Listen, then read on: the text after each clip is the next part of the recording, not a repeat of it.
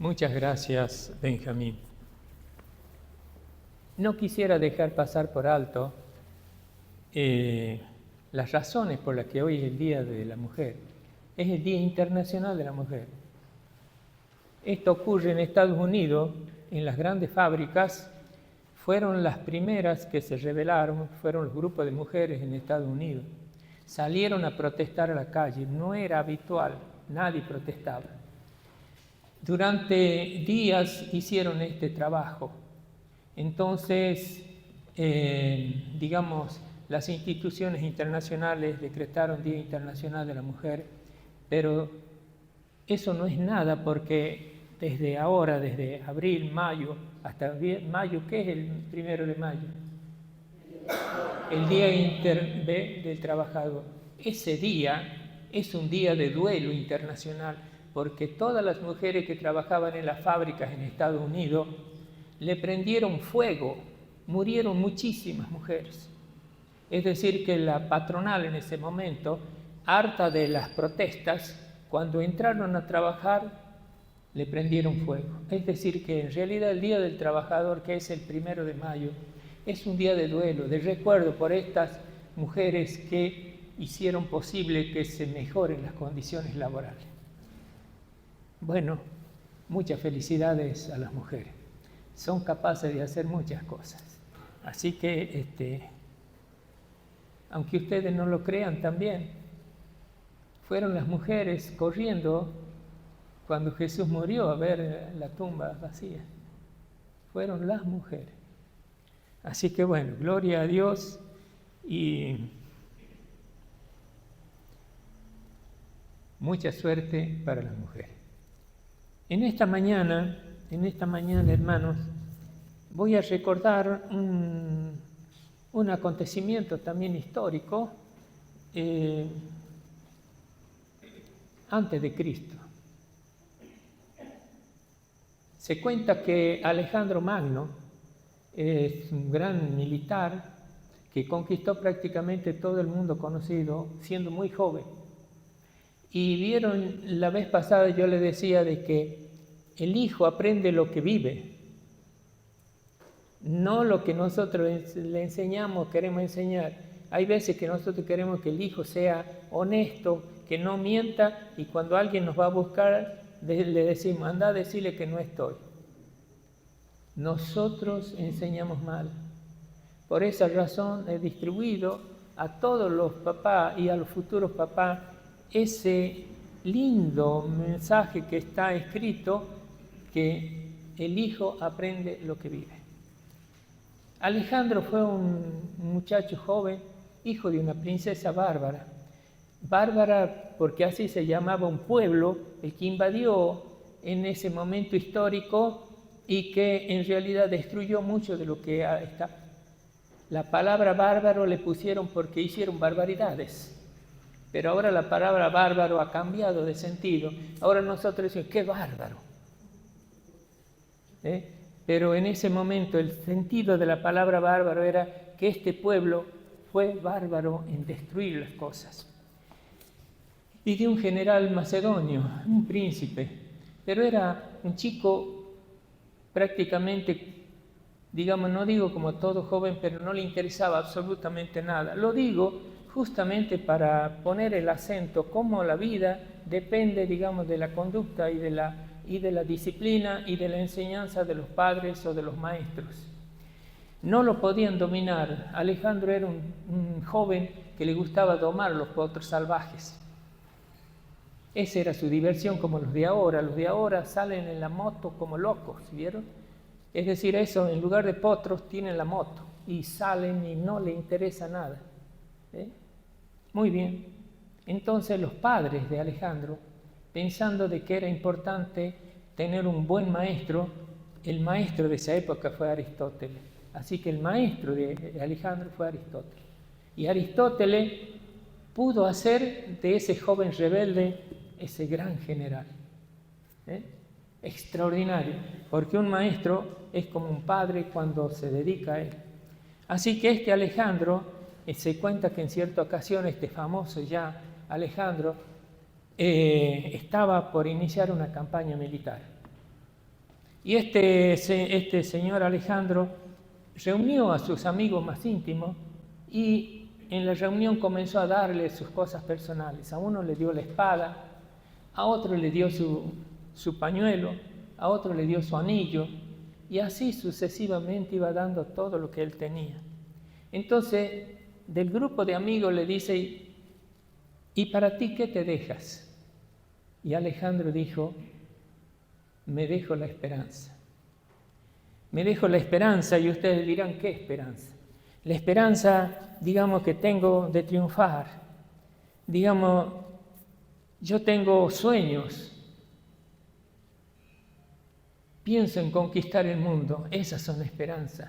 Me dejo todas esas esperanzas y sueños que incluso en otros lugares puedo conseguirlo. Es decir, que Alejandro vivió y conquistó el mundo basado en la esperanza. Este célebre, digamos, general macedonio, porque era hijo, vuelvo a repetir, de un príncipe macedonio y de una princesa bárbara, del pueblo bárbaro. Alejandro difundió la cultura griega y el idioma griego. Fíjense ustedes, favoreció esto, que la Biblia sea conocida. Y se difundió porque hizo caminos, abrió. Es decir, que Alejandro, de alguna manera, hizo cosas que al Evangelio nos ayudó. Por lo tanto, fíjense en ustedes, hermanos, la esperanza de un hombre como este no lo conocía Jesús, eran antes, digamos, la época de Aristóteles. Sin embargo, exitoso en la vida. Fue casi el dueño de todo el mundo. Si la esperanza es buena, si la esperanza es algo importante, si la esperanza es algo que interesa a la vida del ser humano, me parece apropiado que nosotros reflexionemos sobre qué es la esperanza. ¿Qué dice la Biblia sobre la esperanza?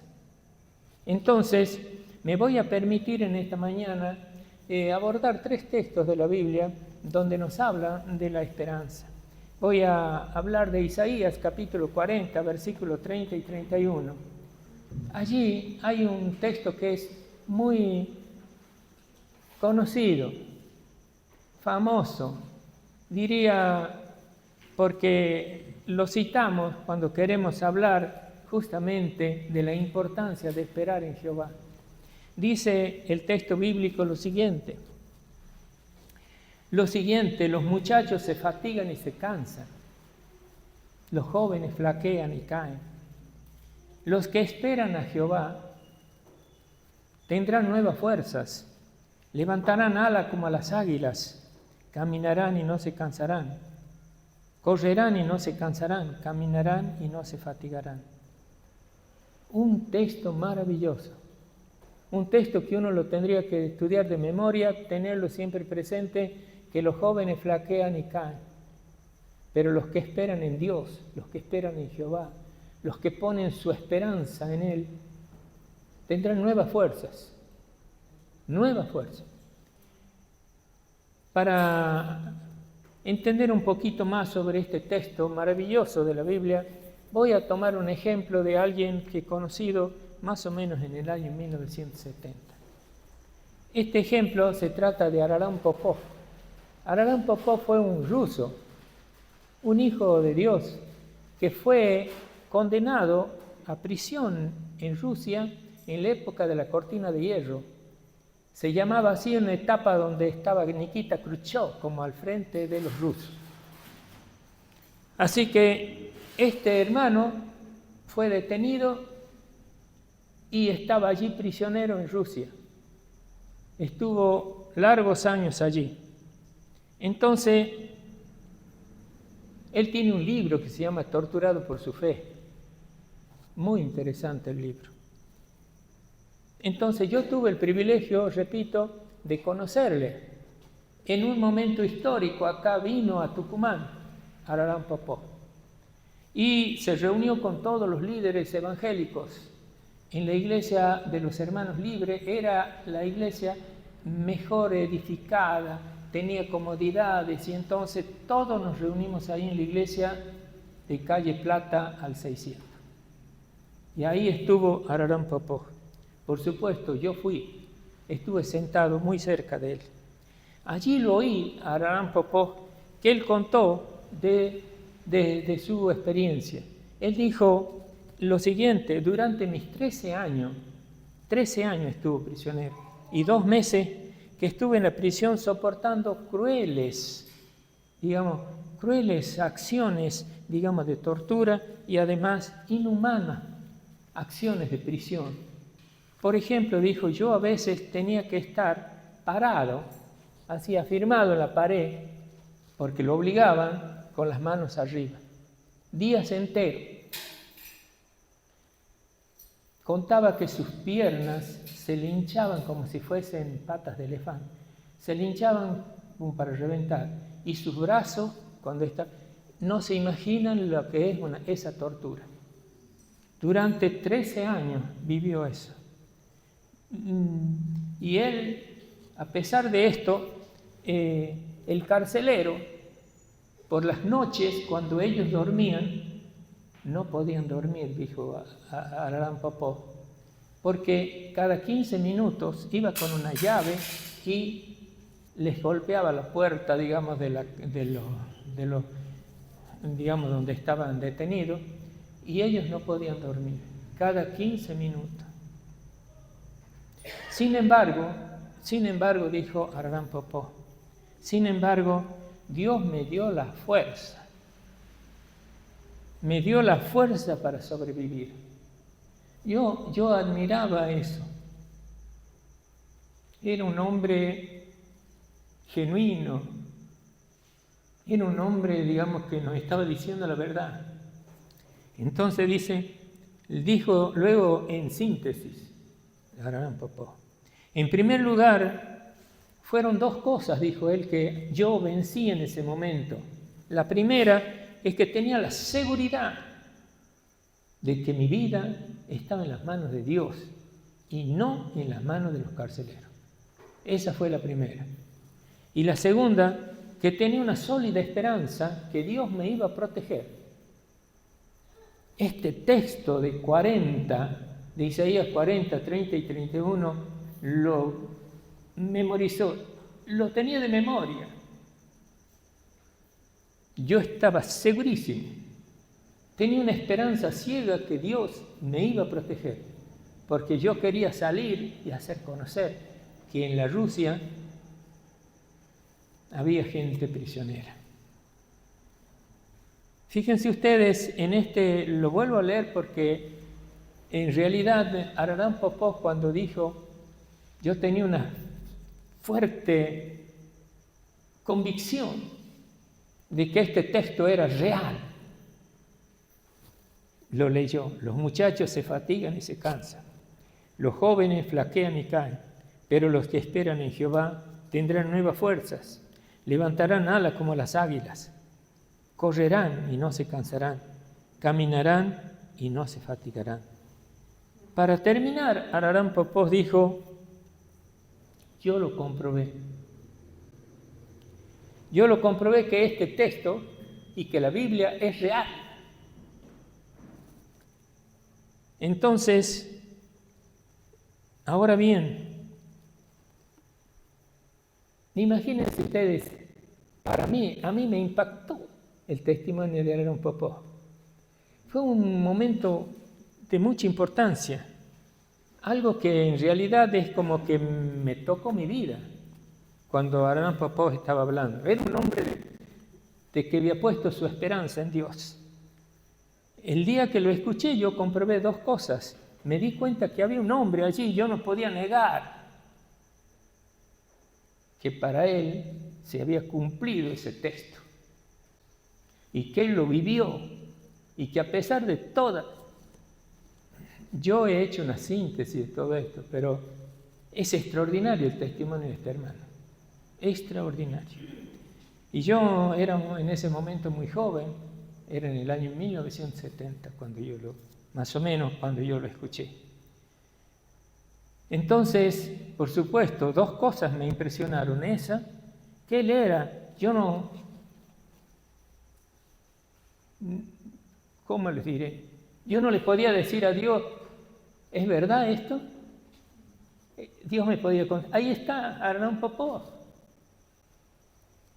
pregúntale a él. Era la primera cosa.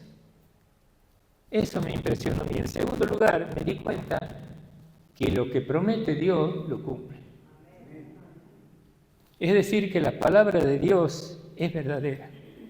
Y además me doy cuenta de que la esperanza es una cuestión de vida o muerte. Y nosotros tenemos que tener la certeza que Dios está con nosotros. Y que nadie, absolutamente nadie, nos puede tocar si no lo permite el Señor. En segundo lugar, fíjense en ustedes, esta es un aspecto de la esperanza. En segundo lugar, el texto que tomo es el que está en 1 Pedro, capítulo 1, versículos 3 al 5.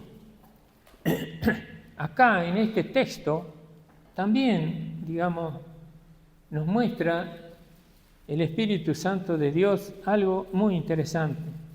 Dice Pedro lo siguiente: bendito el Dios y Padre de nuestro Señor Jesucristo, que según su gran misericordia nos hizo renacer para una esperanza viva, para una herencia incorruptible, incontaminada, inmarcesible, reservada en los cielos para vosotros, dice Pablo, refiriéndose a nosotros, que sois guardados por el poder de Dios mediante la fe, para alcanzar la salvación que está preparada para ser manifestada en los tiempos postreros. Una salvación, una esperanza viva. Nosotros somos testigos de la resurrección de Jesús. Él se reunió con los discípulos, la Biblia lo dice. Una esperanza viva, de que tenemos una herencia incontaminada, inmarcesible, reservada para nosotros.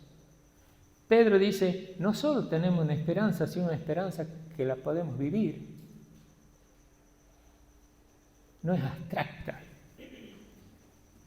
Voy a tomar un ejemplo también para hacer ver la importancia de lo que es la esperanza desde otro punto de vista, donde ya no participaba Hernán Popov, pero también hay otro hombre, en este momento,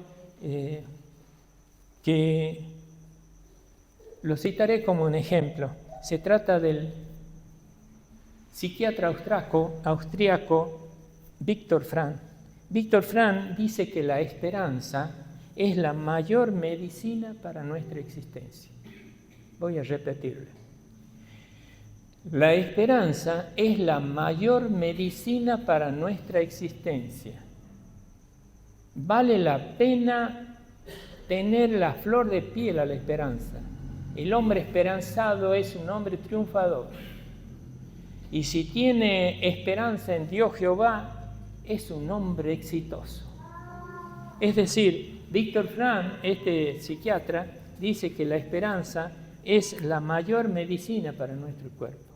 Viktor Frankl estuvo prisionero también allá en la época en que la Segunda Guerra Mundial en Alemania, y allí observó algunas cosas interesantes, y él allí ha gestado, se ha dado cuenta de esta cuestión de lo que es la esperanza. Todos los presos estaban sometidos a las mismas cuestiones de alimentación y de tortura. Era un trato, la alimentación no era excelente, se morían de hambre. Los judíos allí eran un campo de concentración.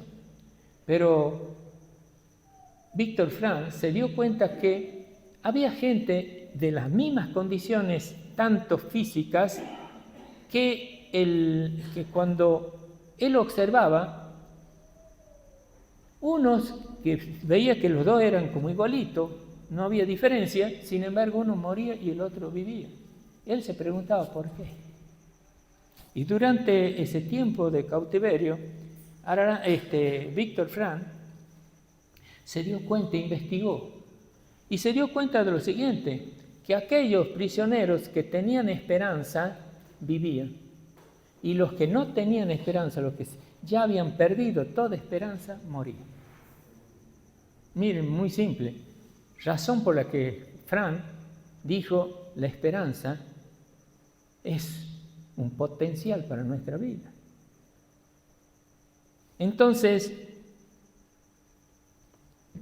él prácticamente concluyó y vio que la certeza, digamos, de la esperanza que tenía la gente, le preguntaba cuál era, y algunos decían que tenían esperanza en Dios, que los iba a sacar de allí, pero tenían esperanza.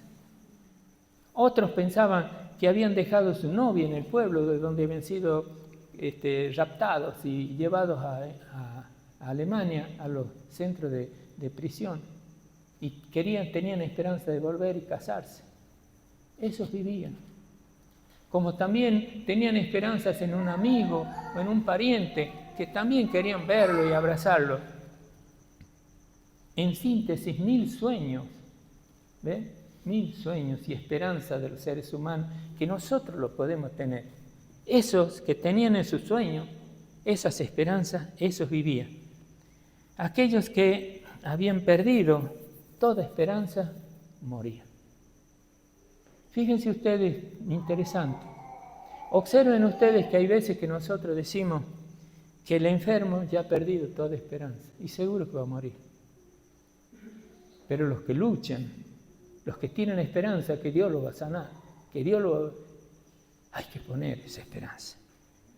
La esperanza es algo muy importante, pero tan importante es esta puntualización que hace Pedro, que nos dice, ustedes, hermanos, tienen una esperanza viva. Ustedes pueden tener un sueño donde ustedes saben que mañana van a tener una herencia incorruptible, inmarcesible, de las manos de Dios. Dios les está reservando eso para ustedes. Y no es cualquier cosa. Diría yo que el grito de la Biblia es que nosotros vivamos esta esperanza viva emocionados de alegría, cautivados de alegría, felices. En tercer lugar, voy a tomar un ejemplo del Antiguo Testamento también, que se trata de un rey de Ezequías. Este rey Ezequías figura en Segunda de Reyes, capítulo 18, desde el versículo 1, bueno, está en el capítulo 18. Es un pasaje muy rico, desde el 1 hasta el 8, por ejemplo. Sin embargo, yo le dije acá a Laura que ponga Segunda de Reyes 18, del versículo 5, 6 y 7. Ustedes lo pueden leer a todo el pasaje, porque es extraordinariamente importante lo que dice el texto bíblico. Pero a lo que hace a esto, digamos en el versículo 5, que lo tenemos acá, versículo 5, es el 5, dice, en Jehová Dios de Israel puso su esperanza. Y quiero mostrar este hombre, este joven, porque Ezequías era un muchacho joven como cualquiera. 25 años tenía. Pero él, una de las cosas que hizo es poner su esperanza en Jehová Dios. Eso es lo primero que hizo. Versículo 5. Ezequías puso su esperanza en Jehová Dios. Esta esperanza puesta en Jehová Dios se visualiza en la vida de Ezequías porque en el cotidiano vivir fue un hombre obediente a Dios. La obediencia es otro de los pilares de la vida de éxito del hombre de Dios. Hay que ser obediente a Dios. Ezequías fue un hombre obediente. Esto lo manifiesta el versículo 6. El versículo 6 dice que porque Ezequías siguió a Dios. Ezequías no se apartó de él, sino que Ezequías guardó los mandamientos de Jehová Dios. Este es un ejemplo de un hombre que usó la esperanza en Dios como un estilo de vida. Fue un hombre que creyó en Dios, que tenía esperanza en Dios, No, uno podría decir, ¿es poca cosa? No, porque el hombre que tiene esperanza en Dios, que ha puesto su esperanza en Dios, es un hombre triunfador. Es un hombre que tiene un plus respecto a los demás hombres. Es un hombre que se diferencia de los demás. Ezequías vivió la esperanza con absoluta certeza que lo que esperaba en Dios, Dios le iba a dar. El texto bíblico, si ustedes lo leen despacito y con calma, ustedes van a ver. Yo estoy diciendo ya lo que dice ahí la Biblia. Ezequías esperaba que Jehová, Dios, esté con él. Él estaba convencido, pero él quería, esperaba. Su esperanza era que Dios esté con él.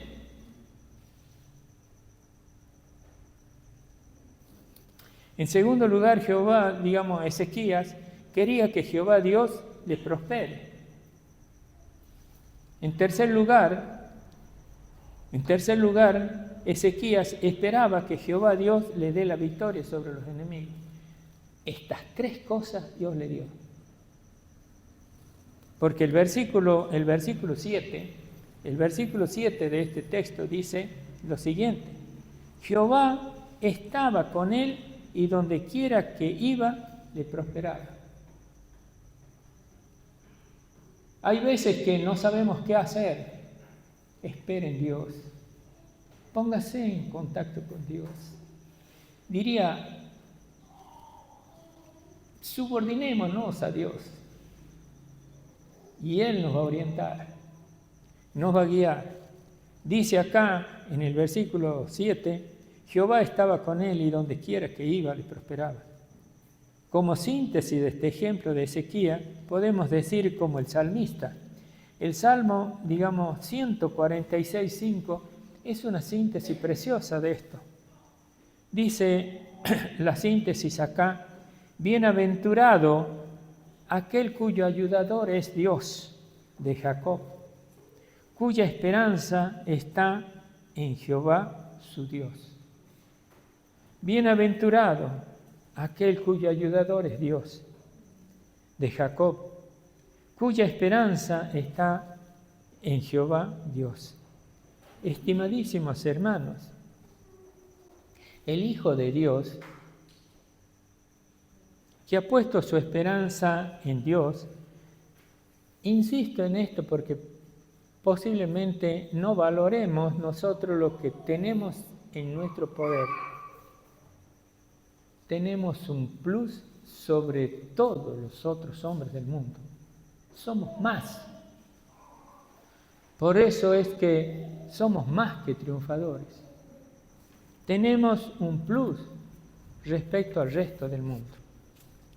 Como síntesis de lo que acabo de decir, podría enunciar lo siguiente.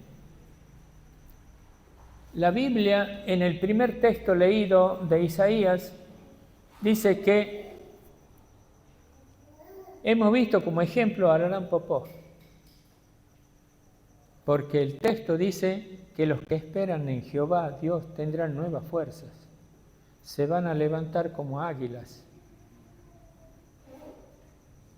El éxito va a ser para ellos. Abraham Popó, hemos dicho como ejemplo, que durante sus 13 años y 2 meses de cárcel y tortura por ser cristiano, Dios siempre estuvo con él. Eso lo dijo él. Dios siempre estuvo conmigo y me fortaleció y me dio esperanza que yo iba a salir de acá. Y la otra cosa importante que decía, porque yo sentía que Dios me decía, vos vas a salir de acá, andá y contales. Es decir, él tenía esperanza de salir y dar testimonio. En segundo lugar, he hablado que la esperanza que nosotros tenemos, que dice Pedro, es una esperanza viva. Porque es como que nosotros la vemos. Dios nos dice que hemos sido anotados en el libro de la vida. que prácticamente esa anotación es como las arras, dice, del Espíritu Santo de Dios, para que cuando estemos allá, nuestro Padre Celestial abra el libro y ahí estamos, anotados. Por eso no podemos perder la salvación. ¿Por qué? Porque ya hemos sido anotados en el libro. Son hijos buenos, hijos malos, hijos más o menos. Pero siempre estamos ahí. Hemos sido anotados en el libro de la vida de Dios. Y ese libro de la vida nos hace acreedor a una herencia incorruptible, incontaminada. Somos hijos de Dios. Tenemos una diferencia, un plus. Es decir, eso en segundo lugar. Es decir, que nosotros deberíamos ser cautos y además también tener la seguridad de que Dios está con nosotros, porque eso también nos da una esperanza firme. Fíjense en ustedes que el apóstol Pablo decía, para mí el vivir es Cristo y el morir es ganancia. Yo no sé qué es lo que me conviene, decía Pablo. Lo que pasa es de que tengo que hacer una tarea acá. Tengo que ayudarlo a los hermanos. Por eso decía, no sé, para mí el vivir es Cristo, pero el morir es ganancia. Yo me sentiría mejor, decía Pablo. Esta es la segunda cosa, muy importante para nuestra vida. Debemos tener la esperanza que vamos a triunfar. Y en tercer lugar, hemos visto, digamos, del rey Ezequías. El hombre que es obediente a Dios, Dios lo prospera. Dios lo cuida. Dios le da el éxito. No solo le da el éxito, sino que además lo protege de sus enemigos. Y el rey Ezequías es un muchacho joven. Para la época de él era como un niño, 25 años. Era el rey. Un hombre que, digamos, que tiene esta esperanza en Dios, es un hombre triunfador. Lo he repetido muchísimas veces, porque en realidad lo siento y estoy convencido de eso. Yo lo he dicho mucho más, diría, objetivamente. El hombre de Dios no se esconde detrás de una puerta. Un hombre de Dios se enfrenta con la realidad. Se enfrenta con el mundo porque lo va a vencer. No porque él sea capaz de eso, sino porque Dios está con él.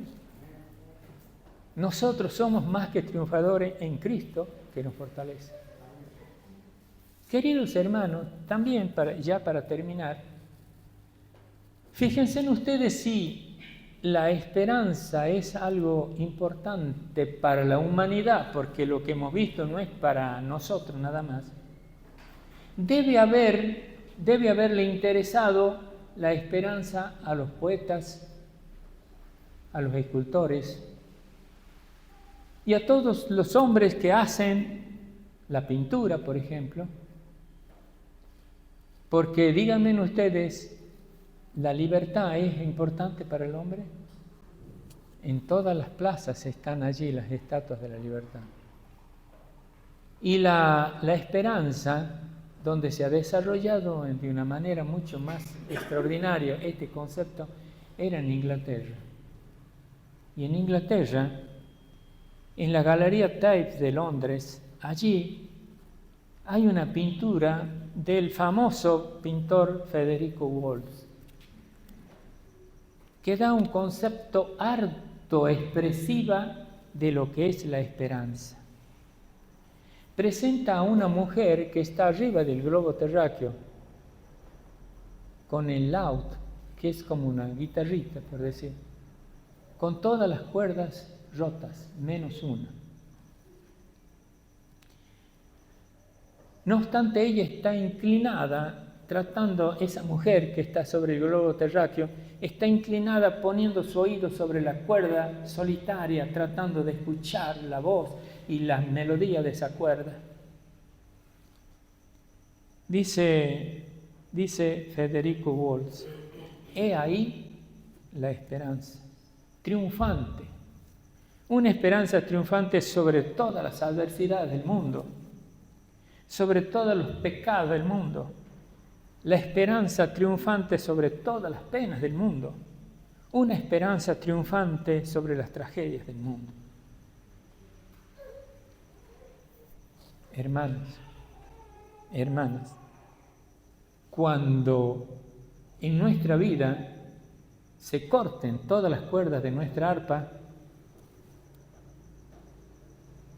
rogamos a Dios que sea la cuerda de la esperanza la última. Esa solitaria cuerda que no se corte. Quiero escucharla hasta el último momento. Que la cuerda de la esperanza sea motivo de nuestra vida.